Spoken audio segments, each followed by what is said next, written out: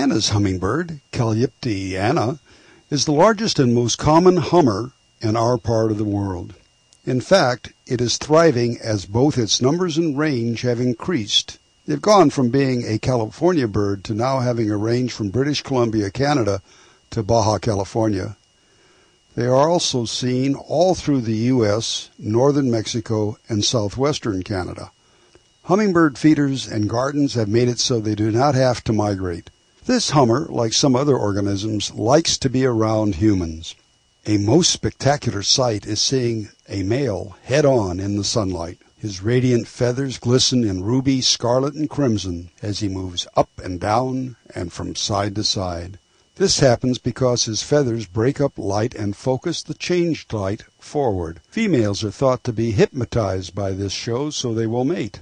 The male and female annas choose different habitats for their territory. The male wants a territory where there is food, sunlight, and room for him to do his mating flight dance.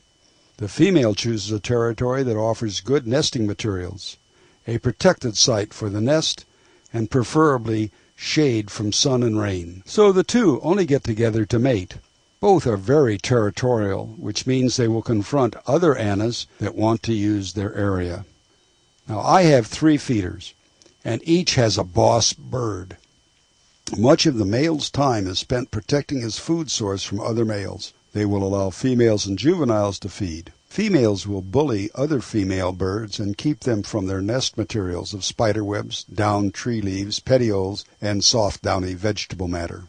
After she has completed her nest and had her eggs develop in her, she deposits 2 eggs in a small teacup-sized creation. 13 days later, the chicks hatch.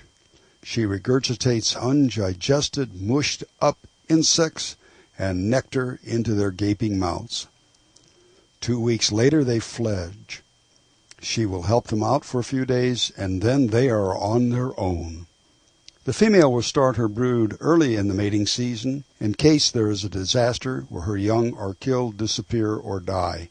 This gives her an opportunity to have one more brood before the season is over. About 30 to 40% of adult hummers don't survive a season. The oldest hummer living in captivity was 12 years old.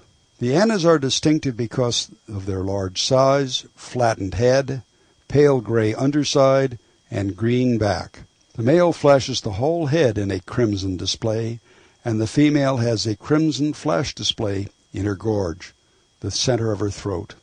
What a joy we have in following the life story of our most common hummingbird, the annas, Calypte anna.